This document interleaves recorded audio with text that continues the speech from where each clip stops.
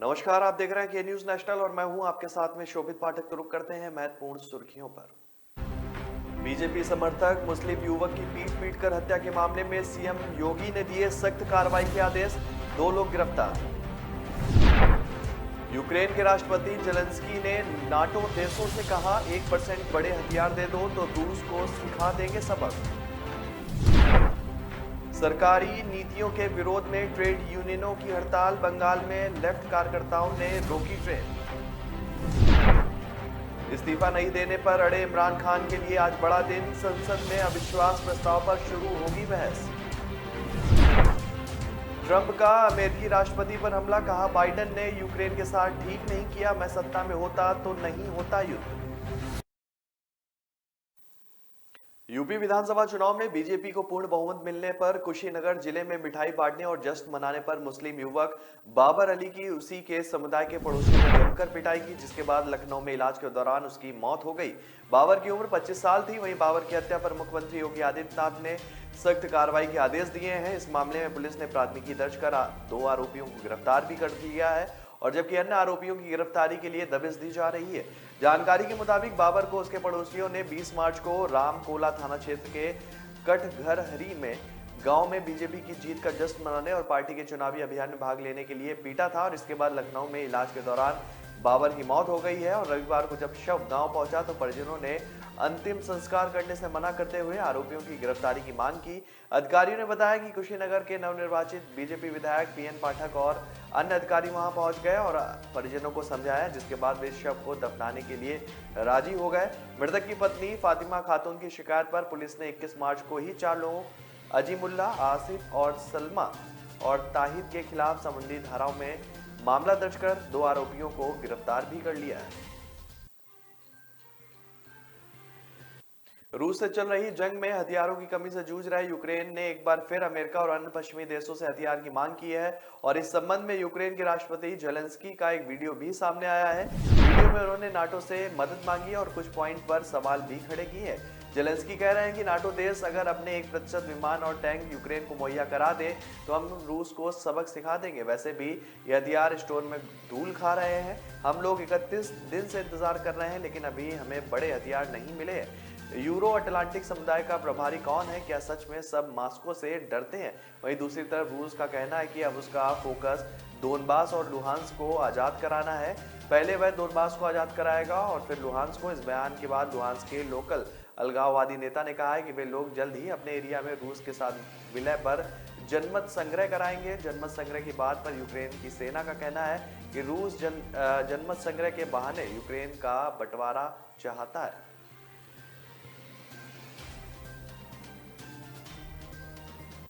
केरल में ट्रेड यूनियनों ने सरकारी नीतियों के विरोध में आज और कल राष्ट्रव्यापी हड़ताल और बंद का आह्वान किया है। तिरुवनंतपुरम में एक व्यक्ति ने बताया कि हड़ताल और बंद के आह्वान से मुझे अपने ऑफिस जाने में दिक्कत हो रही है। पश्चिमी बंगाल में विभिन्न ट्रेड यूनियनों की ओर से 2 दिवसीय राष्ट्रव्यापी हड़ताल शुरू की गई, जिसके मद्देनजर वाम मोर्चे के सदस्यों ने कोलकाता के जादवपुर रेलवे स्टेशन पर भारी संख्या में इकट्ठा होकर रेलवे ट्रैक को ब्लॉक कर दिया है। केंद्रीय श्रमिक संगठनों की 2 दिन की हड़ताल शुरू हो गई है। सरकारी नीतियों के विरोध में आज और कल देशव्यापी हड़ताल बुलाई गई है। इसमें बिजली, परिवहन, बीमा सहित कई क्षेत्रों में निजीकरण का विरोध किया जा रहा है। पाकिस्तान में लंबे समय से चलने आ रहे सियासी घमासान में आज का दिन काफी महत्वपूर्ण है। नेशनल असेंबली में विपक्ष दल आज दोपहर करीब 4 बजे प्रधानमंत्री इमरान खान के खिलाफ अविश्वास प्रस्ताव पेश करेगा। आज ही वोटिंग हो सकती है। वोटिंग में बहुमत हासिल करना इमरान खान के लिए मुश्किल नजर आ रहा है।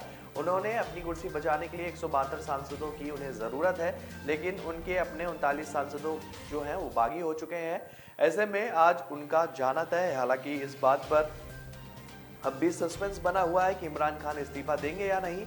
आपको बता दें कि अविश्वास प्रस्ताव से पहले रविवार को इमरान खान ने इस्लामाबाद में परेड ग्राउंड में एक रैली की थी।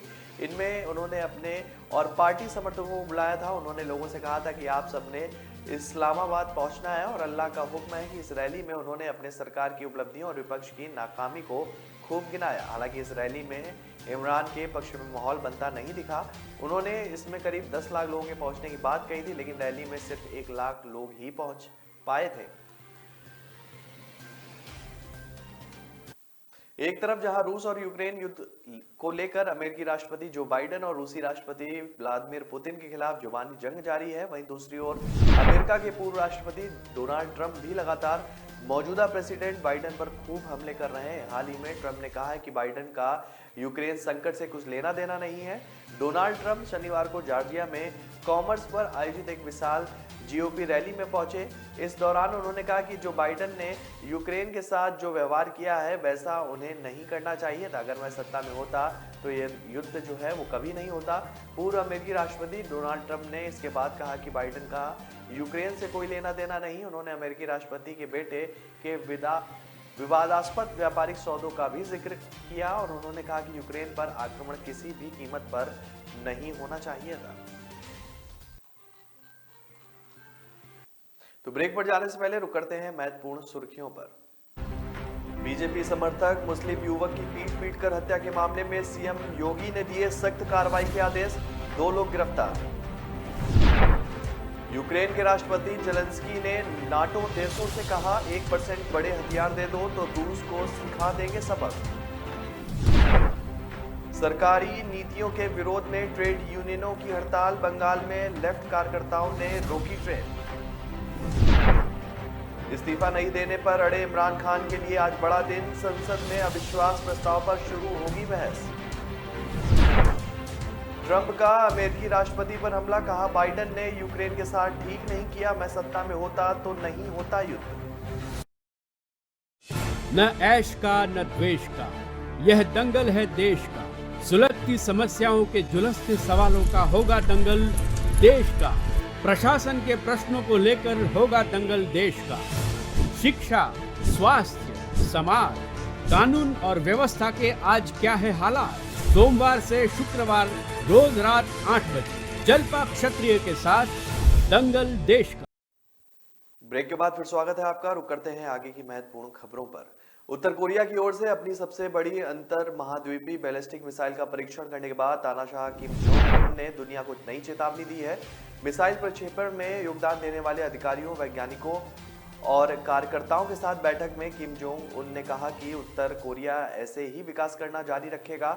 बैठक में किम जोंग उन ने कहा कि देश के आत्मरक्षा बल को किसी भी चीज से ना तो बदला जा सकता है और ना ही खरीदा जा सकता है। उन्होंने कहा कि उत्तर कोरिया कठोर परीक्षणों और कठिनाइयों के बावजूद बिना किसी हिचकिचाहट के दृढ़ रहेगा। देश की परमाणु शक्ति का जिक्र करते हुए किम ने कहा कि उत्तर कोरिया एक अधिक परिपूर्ण और मजबूत रणनीतिक बल का निर्माण करना जारी रखेगा। व्यक्तिगत रूप से परीक्षण की देखरेख करते हुए किम जोंग उन ने कहा कि नया ICBM संयुक्त राज्य अमेरिका की ओर से किसी भी सैन्य चाल को रोकने में मदद करने के लिए था। किम जोंग उन ने अमेरिका के साथ स्थायी टकराव की स्थिति में अपने देश की परमाणु युद्ध से बचाव की क्षमता का विस्तार करने की तैयारियों का संकल्प भी जताया। अमेरिका ने कहा है कि उत्तर कोरिया द्वारा अपनी सबसे बड़ी अंतर महाद्वीपीय बैलिस्टिक मिसाइल का परीक्षण करने के बाद वह संयुक्त राष्ट्र सुरक्षा परिषद से प्रतिबंधों की मांग भी करेगा। गोवा में आज बीजेपी सरकार का भव्य शपथ ग्रहण होने वाला है। राजधानी पणजी के श्यामा प्रसाद मुखर्जी स्टेडियम में प्रमोद सावंत आज लगातार दूसरी बार मुख्यमंत्री पद की शपथ लेंगे। सुबह 11 बजे होने वाला शपथ ग्रहण समारोह जो है उसकी तैयारियां फिलहाल अभी आगे बढ़ गई हैं। शपथ ग्रहण में प्रधानमंत्री नरेंद्र मोदी, केंद्रीय गृह मंत्री अमित शाह और बीजेपी के राष्ट्रीय अध्यक्ष JP नड्डा समेत बीजेपी शासित राज्यों के कई मुख्यमंत्री मौजूद रहेंगे। गोवा राज्य जरूर छोटा है, लेकिन राजनीतिक तौर पर बीजेपी किसी भी राज्य को छोटा नहीं समझती और उसकी अहमियत को पहचानती है। इसलिए छोटे से राज्य में भी सीएम के शपथ ग्रहण समारोह में बीजेपी के सभी बड़े दिग्गज जो है वहां पहुंचेंगे। आज होने वाला शपथ ग्रहण समारोह में सुरक्षा के लिहाज से भी पुख्ता इंतजाम किए गए हैं। यहां तक कि समारोह में एहतियातन काले मास्क या काले कपड़े पहने लोगों को अंदर नहीं जाने दिया जा रहा है। बाहुबली मुख्तार अंसारी को बांदा जेल से लखनऊ लाया जा रहा है। अभी पुलिस मुख्तार को बांदा से लखनऊ के लिए लेकर निकली है और मिली जानकारी के अनुसार बांदा जेल में कैद बाहुबली मुख्तार अंसारी को जेल से लेकर फोर्स रवाना हुई है। सूत्रों के मुताबिक आज लखनऊ MP MLA कोर्ट में मुख्तार की पेशी होनी है। पिछली सुनवाई में कोर्ट ने अंसारी की हाजिरी माफी को निरस्त कर दिया था और पेश होने के संकेत दिए थे। आदेश में मुख्तार अंसारी को एम्बुलेंस में भारी सुरक्षा व्यवस्था के बीच भेजा गया। मुख्तार अंसारी गाजीपुर जिले के मोहम्मदाबाद के यूसुफपुर के निवासी हैं और मऊ से विधायक भी हैं। दरअसल उन पर लखनऊ के जिया मऊ इलाके में फर्जी डॉक्यूमेंट्स के आधार पर अपने शत्रु की संपत्ति हथियाना कर उस पर अवैध निर्माण कराने के आरोप में एफआईआर दर्ज हुई थी। इसी मामले में अंसारी के बेटे उमर अंसारी और अब्बास अंसारी के खिलाफ भी मामले को दर्ज किया गया था, जिसकी आज सुनवाई होनी है। देश में जानलेवा कोरोना वायरस महामारी के नए मामलों में आज 10.6% की गिरावट दर्ज की गई है। देश में पिछले 24 घंटे में कोरोना वायरस के 1270 नए केस सामने आए हैं और इस दौरान 31 लोगों की मौत हो गई है। कल कोरोना के 1421 केस दर्ज किए गए थे और 149 लोगों की मौत हुई थी। केंद्रीय स्वास्थ्य मंत्रालय की ओर से जारी किए गए आंकड़ों के मुताबिक कल देश भर में 1567 लोग ठीक हुए, जिसके बाद अब एक्टिव मामलों की संख्या घटकर 15,859 हो गई है। वहीं इस महामारी से जान गंवाने वालों की संख्या बढ़कर 5,21,035 हो गई है। आंकड़ों के मुताबिक अभी तक 4,24,83,829 लोग संक्रमण मुक्त हो चुके हैं। राष्ट्रव्यापी टीकाकरण मुहिम की बात करें तो 13 करोड़ से ज्यादा खुराक लोगों को दी जा चुकी है। देश में पेट्रोल और डीजल महंगा होता जा रहा है। आज सोमवार को भी पेट्रोल 30 पैसे और डीजल 35 पैसे महंगा हो गया। यह कीमत लगातार बढ़ रही है। राजधानी दिल्ली में पेट्रोल 99 रुपए 41 पैसे और डीजल 90 रुपए 77 पैसे तक पहुंच गया है। एक हफ्ते से ज्यादा हो गया है जब तेल की कीमतें बढ़ रही हैं और इस पर कोई रोकथाम नहीं है। आम जनता इस बढ़ती महंगाई से खासी परेशान है। पेट्रोल पंप पर पेट्रोल भरवाने आए मनीष कहते हैं कि जिस तरह से रोज रोज पेट्रोल के दाम बढ़ रहे हैं उसको देखते हुए लगता है कि अब साइकिल से ही चलना पड़ेगा। महंगाई इतनी बढ़ गई है कि घर चलाना मुश्किल हो रहा है। फील्ड वर्क करने वाले नशीम कहते हैं कि इस वक्त महंगाई को देखते हुए हम 2 लोग एक ही बाइक से आते जाते हैं और अपने दोस्त को उसके ऑफिस छोड़ते हुए अपने काम पर वो जाते हैं और वापस आते उसे वो ले लेते हैं। हम पेट्रोल का खर्चा आपस में बांट लेते हैं। तेल की बढ़ती कीमतों को सरकार को रोकना चाहिए। तो ब्रेक पर जाने से पहले रुक करते हैं महत्वपूर्ण सुर्खियों पर। बीजेपी समर्थक मुस्लिम युवक की पीट कर हत्या के मामले में सीएम योगी ने दिए सख्त कार्रवाई के आदेश, 2 लोग गिरफ्तार। यूक्रेन के राष्ट्रपति जेलेंस्की ने नाटो देशों से कहा 1% बड़े हथियार दे दो तो रूस को सिखा देंगे सबक। सरकारी नीतियों के विरोध में ट्रेड यूनियनों की हड़ताल, बंगाल में लेफ्ट कार्यकर्ताओं ने रोकी ट्रेन। इस्तीफा नहीं देने पर अड़े इमरान खान के लिए आज बड़ा दिन, संसद में अविश्वास प्रस्ताव पर शुरू होगी बहस। ट्रंप का अमेरिकी राष्ट्रपति पर हमला, कहा बाइडेन ने यूक्रेन के साथ ठीक नहीं किया, मैं सत्ता में होता तो नहीं होता युद्ध। न ऐश का न द्वेष का, यह दंगल है देश का। सुलगती समस्याओं के जुलसते सवालों का होगा दंगल देश का। प्रशासन के प्रश्नों को लेकर होगा दंगल देश का। शिक्षा, स्वास्थ्य, समाज, कानून और व्यवस्था के आज क्या है हालात। सोमवार से शुक्रवार रोज रात 8 बजे जलपा क्षत्रिय के साथ दंगल देश का। ब्रेक के बाद फिर स्वागत है आपका। रुक करते हैं आगे की महत्वपूर्ण खबरों पर। पश्चिम बंगाल के वीरभूम जिले में हिंसा की हालिया घटना को रोकने में कथित लापरवाही को लेकर गंभीर आलोचनाओं का शिकार हो रही पुलिस का मजबूती से बचाव करते हुए मुख्यमंत्री ममता बनर्जी ने रविवार को कहा कि 1 या 2 व्यक्तियों की गलती के लिए पूरी पुलिस बिरादरी के अच्छे कार्यों को नकारा नहीं जा सकता। राज्य के गृह विभाग का प्रभार संभालने वाली ममता बनर्जी ने कहा कि एक स्थानीय तृणमूल कांग्रेस नेता की हत्या के बाद जो आग जनी हुई है और हिंसा को रोकने के लिए कथित तौर पर कदम न उठाने वाले पुलिसकर्मियों के खिलाफ कार्रवाई की गई है। इस हिंसा और आगजनी में 8 लोगों की मौत हो गई थी। बीते 21 मार्च की घटना के मद्देनजर रामपुर हाट पुलिस स्टेशन के थाना प्रभारी को निलंबित कर दिया गया था, जबकि तहसील के एसडीपीओ को अनिवार्य प्रतीक्षा सूची में रखा गया था। मुख्यमंत्री ने कहा कि राज्य की पुलिस सालों लोगों की मदद करती रही है, चाहे वह कानून व्यवस्था की स्थिति में हो या कोविड-19 रोगियों की सहायता उपलब्ध कराने में। 1 या 2 कर्मी की गलती से पूरी पुलिस को बदनाम करना सही नहीं है।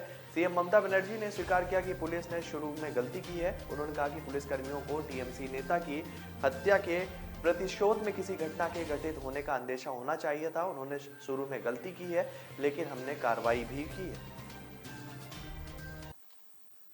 देर रात में दिल्ली में बीजेपी जेपी नड्डा से बिहार विधानसभा स्पीकर विजय सिन्हा मिले हैं और मुलाकात के बाद दिल्ली में मीडिया से बातचीत में कहा कि यह शिष्टाचार भेंट थी। कोई सियासी चर्चा नहीं हुई है। समय समय पर उनका मार्गदर्शन मिलता रहेगा। वहीं बिहार विधानसभा में कानून व्यवस्था पर नीतीश से हुई बहस पर विजय सिन्हा ने कहा कि वह सब पुरानी बात है, वह सब बात समाप्त हो गई है। विजय सिन्हा ने दिल्ली में लोकसभा स्पीकर ओम बिरला से भी मुलाकात की है। उन्होंने कहा कि बेहतर तरीके से विधानसभा हम चला सकें, उसको लेकर उनका मार्गदर्शन लेते रहते हैं और उनसे विधायिका को मजबूत करने की प्रेरणा भी मिलती है। इस बिहार में सीएम नीतीश कुमार की सुरक्षा में चूक का मामला सामने आया है, जहां एक मानसिक रूप से बीमार व्यक्ति ने नीतीश को मुक्का मारने की कोशिश की है। इस पर स्पीकर ने कहा कि प्रशासन की लापरवाही से यह हुआ है, दुखद घटना है। वहीं बिहार विधानसभा के स्पीकर विजय कुमार सिन्हा ने आज सुबह दिल्ली में बिहार बीजेपी के प्रभारी भूपेंद्र यादव से भी मुलाकात की।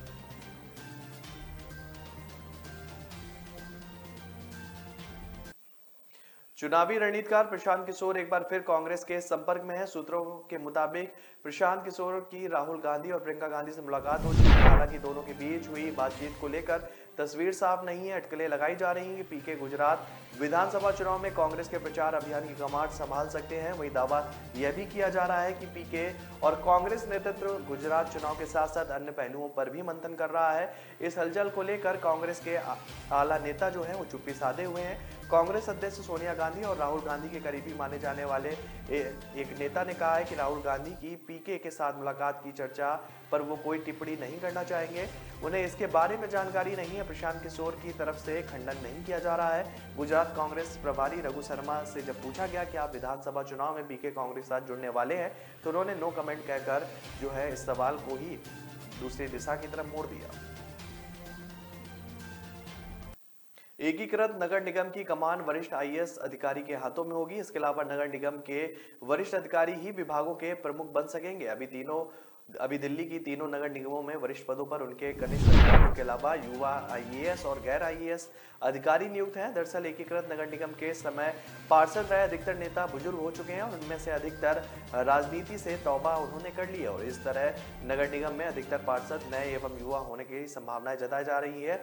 मगर नगर निगम के अधिकारी काफी अनुभवी एवं वरिष्ठ होने का अनुमान भी है। वर्ष 2012 में नगर निगम का विभाजन होने तक उनके तमाम प्रमुख पदों पर वरिष्ठ अधिकारी नियुक्त थे। सूत्रों के अनुसार पहले की तरह नगर निगम के आयुक्त के पद पर एक बार फिर सचिव स्तर के आईएएस अधिकारी को नियुक्त किया जाएगा और इसी तरह अतिरिक्त आयुक्त, उपायुक्त और निदेशक के पदों की गरिमा के तहत आईएएस अधिकारी ही नियुक्त होंगे। पंजाब कांग्रेस के विधायक प्रताप सिंह बाजवा ने मुख्यमंत्री भगवंत मान से मांग की है कि पीआरटीसी और पनबस की बसों को नई दिल्ली में इंदिरा गांधी अंतर्राष्ट्रीय हवाई अड्डे तक आने जाने की अनुमति दिलवाएं। बाजवा ने शनिवार को ट्वीट किया कि पीआरटीसी और पनबस को अभी तक जीआई एयरपोर्ट तक अपने बसें चलाने की अनुमति नहीं मिली है। उन्होंने मुख्यमंत्री से अपील की है कि वह इस मुद्दे को दिल्ली के मुख्यमंत्री अरविंद केजरीवाल के साथ तुरंत उठाए। एक अन्य ट्वीट में बाजवा ने लिखा कि पीआरटीसी और पनबस की सेवाएं शुरू होने में देरी से पंजाब सरकार के हितों को नुकसान पहुंच रहा है और प्रदेश के आम लोगों और विशेष तौर पर एनआरआई को परेशानी का सामना भी करना पड़ रहा है। उन्होंने ट्वीट किया कि पीआरटीसी को पनबस पर प्रतिबंध से केवल ट्रांसपोर्ट माफिया को ही लाभ हो रहा है और जानकारी के अनुसार दिल्ली सरकार ने पंजाब से आईजीआई हवाई अड्डे तक सरकारी बसों के आने जाने पर रोक लगा रखी है, लेकिन पंजाब से निजी बसों को पूरी छूट दे रखी है। तो फिलहाल इस बुलेटिन में मेरे साथ इतना ही। आगे की खबरों के लिए बने रहिए के न्यूज नेशनल के साथ। तब तक के लिए नमस्कार। बीजेपी समर्थक मुस्लिम युवक की पीट कर हत्या के मामले में सीएम योगी ने दिए सख्त कार्रवाई के आदेश, 2 लोग गिरफ्तार। यूक्रेन के राष्ट्रपति जेलेंस्की ने नाटो देशों से कहा 1% बड़े हथियार दे दो तो रूस को सिखा देंगे सबक। सरकारी नीतियों के विरोध में ट्रेड यूनियनों की हड़ताल, बंगाल में लेफ्ट कार्यकर्ताओं ने रोकी ट्रेन। इस्तीफा नहीं देने पर अड़े इमरान खान के लिए आज बड़ा दिन, संसद में अविश्वास प्रस्ताव पर शुरू होगी बहस। ट्रंप का अमेरिकी राष्ट्रपति पर हमला, कहा बाइडेन ने यूक्रेन के साथ ठीक नहीं किया, मैं सत्ता में होता तो नहीं होता युद्ध।